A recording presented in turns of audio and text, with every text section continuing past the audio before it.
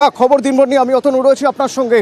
মেদিনীপুরে প্রথমে নজর রাখতে হবে, কারণ স্যালাইনে বিষ স্যালাইনে এক প্রসূতির মৃত্যু হয়েছে, আরও 4 জন অসুস্থ, তাদের মধ্যে একজনের অবস্থা আশঙ্কাজনক, আইসিইউতে রয়েছেন। কি করে হলো এরকম? তার জন্য একটি মেডিকেল টিম গঠন করা হয়েছে। সেই মেডিকেল টিম ইতিমধ্যেই মেদিনীপুর মেডিকেল কলেজে তারা পৌঁছে গিয়েছে। সেই টিমে কারা রয়েছেন, তারা কিভাবে কাজ করবেন জানবো সেখান থেকে রয়েছেন, অর্থাৎ গ্রাউন্ড জিরো থেকে আমার সঙ্গে রৌনক রয়েছেন। রৌনক, মেডিকেল টিম পৌঁছে গিয়েছেন, কারা পৌঁছেছেন, এই টিমে কারা রয়েছেন, তারা কোথায় কিভাবে কাজ করছেন? দেখো, একেবারেই ডক্টর আশিস বিশ্বাস অর্থাৎ মেডিসিন ডিপার্টমেন্টে যিনি ওএসডি, তার নেতৃত্বে এই 13 জনের মেডিকেল তদন্ত কমিটি গঠন করা হয়েছে এবং ইতিমধ্যে 11 জন এই যে মেদিনীপুর মেডিকেল কলেজ, সেই মেডিকেল কলেজে এসে উপস্থিত হয়েছেন।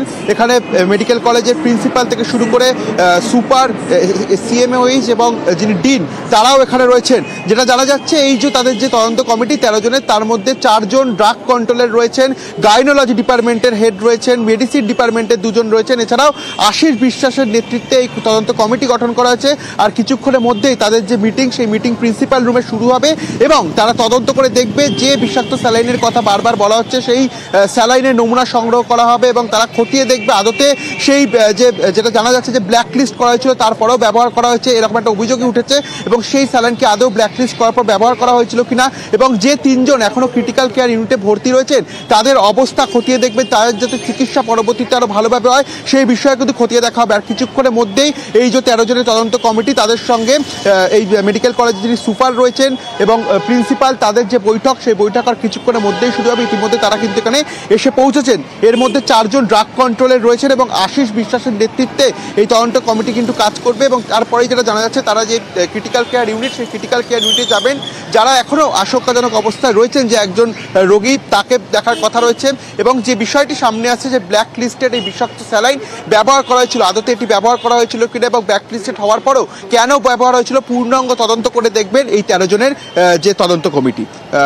দুটো বিষয় এখানে খুব নজরে রাখার মতো। প্রথমত, এই স্যালাইন কোন ব্যাচের, সেই স্যালাইন মানে এখানে আসার পর কতদিন পর ব্যবহার করা হলো, মানে ব্ল্যাক লিস্টেড হওয়ার আগের স্যালাইন কি নাকি তারপরের স্যালাইন, প্রথমত। দ্বিতীয়ত হচ্ছে, এই স্টোরে কিভাবে কাজ হয়, স্যালাইন দেওয়ার সময় এই যাবতীয় ব্যাচ এবং ডিটেলস, যাবতীয় নথি, এগুলো খতিয়ে দেখা হবে।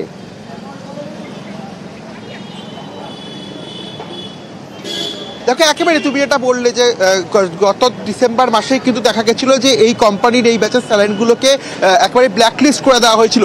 এবং যেটা জানা যাচ্ছে, এই যে 7 জন যাদের এই সিজার হয়েছিল গত বৃহস্পতিবার, তারপরই কিন্তু স্যালাইন দেওয়া হয়েছে এবং তাদের অভিযোগ রোগীর পরিবারের যে এই স্যালাইনই ব্যবহার করা হয়েছে।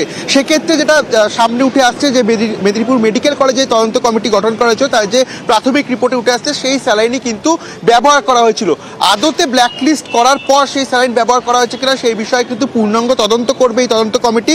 এবং আরেকটি বিষয়, যে স্টোর কিভাবে পরিচালনা করানো হতো, কারণ যদিও বা ব্ল্যাকলিস্টেড হয়ে যাওয়ার পরও এই স্যালাইনগুলো কেন সেই স্টোরে ছিল এবং সেই স্টোর থেকে কাদের মদতে এই স্যালাইনগুলো ব্যবহার করা হলো, সেই পূর্ণাঙ্গ বিষয়টি কিন্তু তারা তদন্ত করে দেখবে। সেই জন্যই তারা বৈঠক করছে প্রাথমিকভাবে সুপারের সঙ্গে, এখানে প্রিন্সিপালও রয়েছে। তাদের বৈঠক হয়ে যাওয়ার পরই কিন্তু কথা রয়েছে এই ক্রিটিক্যাল কেয়ার ইউনিট এবং যে মেডিকেল কলেজের যে স্টোর রুম রয়েছে, সেই স্টোর রুম তারা ঘুরে দেখবেন। আদতে সেখানে স্যালাইন থেকে শুরু করে যে সমস্ত মেডিসিন রয়েছে, সেগুলো আদতে মেয়েরা উত্তীর্ণ কিনা। এবং এই যে ব্যাচটি নিয়ে কথা হচ্ছে, যে ব্যাচের স্যালাইনের জেরেই কিন্তু এরকম একটা ঘটনা ঘটেছে বলেই অভিযোগ সামনে আসছে। সেই ব্যাচের ভয়ঙ্কর ঘটনা, স্যালাইন জীবনদায়ী স্যালাইন, এক স্যালাইনের যদি বিষ থাকে, যদি সেই স্যালাইন দেওয়ার পরে কেউ অসুস্থ হয়ে পড়ে, তাহলে তার চেয়ে খারাপ কিছু হতে পারে না। এক প্রসূতি মারাই গেল এই স্যালাইন দেওয়ার জন্য। 4 জনের মধ্যে থেকে 1 জন ভেন্টিলেশনে, 3 জন আইসিইউতে। নবান্ন রিপোর্ট তলব করেছে, নবান্ন থেকে সরাসরি আমার সঙ্গে রয়েছেন সোমরাজ। নবান্ন কি বলছে?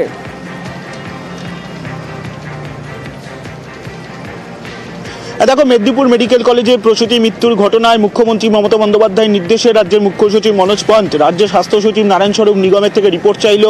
যেটা নবান্ন সূত্রে জানা যাচ্ছে, আগামী 2 দিনের মধ্যে সেই রিপোর্ট দেওয়ার নির্দেশ দেওয়া হয়েছে রাজ্যের স্বাস্থ্য সচিব নারায়ণ স্বরূপ নিগমকে। মুখ্যমন্ত্রী মমতা বন্দ্যোপাধ্যায় রাজ্যের মুখ্য সচিব মনোজ পন্তকে গোটা ঘটনার বিস্তারিত তদন্ত করতে বলেছেন। তুমি জানো, ইতিমধ্যেই মেদিনীপুর মেডিকেল কলেজে একটি টিম পৌঁছে গিয়েছে, সেই টিমের থেকে রিপোর্ট পাওয়ার অপেক্ষায় রয়েছে। যেটা মূলত নবান্ন জানতে চাইছে প্রথমত ব্ল্যাক লিস্টেড হওয়ার পরে কি স্যালাইন বোতল সেটি কি রাখা ছিল নাকি ব্ল্যাক লিস্টেড হওয়ার আগেই স্যালাইন বোতল মজুদ ছিল, সেই সম্পর্কে বিস্তারিতভাবে নিশ্চিত হতে চাইছে নবান্নের শীর্ষ মহল। আর সেই কারণেই রাজ্যের স্বাস্থ্য সচিব নারায়ণ স্বরূপ নিগমকে দুদিনের মধ্যে রিপোর্ট দেওয়ার নির্দেশ দেওয়া হয়েছে। মুখ্যমন্ত্রী মমতা বন্দ্যোপাধ্যায় ইতিমধ্যেই রাজ্যের মুখ্য সচিব মনোজ পানকে গোটা ঘটনার বিস্তারিত তদন্ত করতে বলেছেন, তেমনটাই নবান্ন সূত্রে খবর। এবং তারপরেই মুখ্যমন্ত্রীর নির্দেশে মুখ্য সচিব স্বাস্থ্য সচিবকে দুদিনের মধ্যে রিপোর্ট দেওয়ার নির্দেশ দিয়েছেন। এবং আজকে যে টিম পাঠানো হয়েছে সেটা নবান্নের নির্দেশেই টিম পাঠানো হয়েছে, তেমনটাই আমরা সূত্র মারফত জানতে পারছি। ফলত দুদিন অর্থাৎ আগামীকালকের মধ্যেই কিন্তু স্বাস্থ্য দপ্তর রিপোর্ট দেবে মুখ্য সচিবকে যে কি কারণে এই ঘটনা ঘটলো এবং এই যে স্যালাইন দেওয়ার যে কাজটি যেটা স্বাস্থ্য দপ্তর যে ঘটনা ঘটেছে কোনোভাবেই নবান্ন কড়া পদক্ষেপ করছে, নবান্ন কড়াভাবে দেখছে, যত দ্রুত সম্ভব রিপোর্ট চাইছে নবান্ন। আগামীকালের মধ্যে রিপোর্ট দিতে হবে। মেডিকেল টিম ইতিমধ্যেই পৌঁছে গিয়েছে মেদিনীপুর মেডিকেল কলেজ হাসপাতাল, সেখান থেকে রৌনক যেমন রয়েছেন, আমার অপর সহকর্মী রয়েছেন আমার সঙ্গে শোভন। আমরা যখন এই খবর পাই পরশুদিন রাতে, প্রথমেই আমরা সবাই চমকে উঠেছিলাম যে এরকমও সম্ভব। স্যালাইন দেওয়ার পর একজন সেই স্যালাইনের পার্শ্ব প্রতিক্রিয়া তার মৃত্যু হতে পারে। এখনও তো 4 জন অসুস্থ, তাদের মধ্যে থেকে একজন ভেন্টিলেশনে রয়েছেন। কেমন আছেন তারা?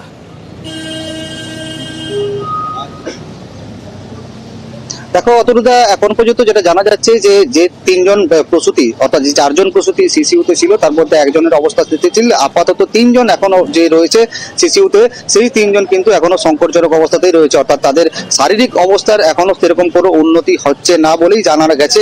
মেডিকেল কলেজের যে আধিকারিকরা রয়েছে, যে মেডিকেল কলেজের গঠিত বোর্ড মেডিকেল বোর্ড, সেই মেডিকেল বোর্ডের সদস্যদের দ্বারা এমনটাই জানা যাচ্ছে যে 3 জন এখনো পর্যন্ত ভর্তি রয়েছে, তাদের অবস্থা সে আগের মতোই রয়েছে, অর্থাৎ চিকিৎসা তাদের নজরদারি এবং চিকিৎসা ভালো করার পরেও কিন্তু তাদের কোনো অবস্থার সেরকম উন্নতি ঘটছে না।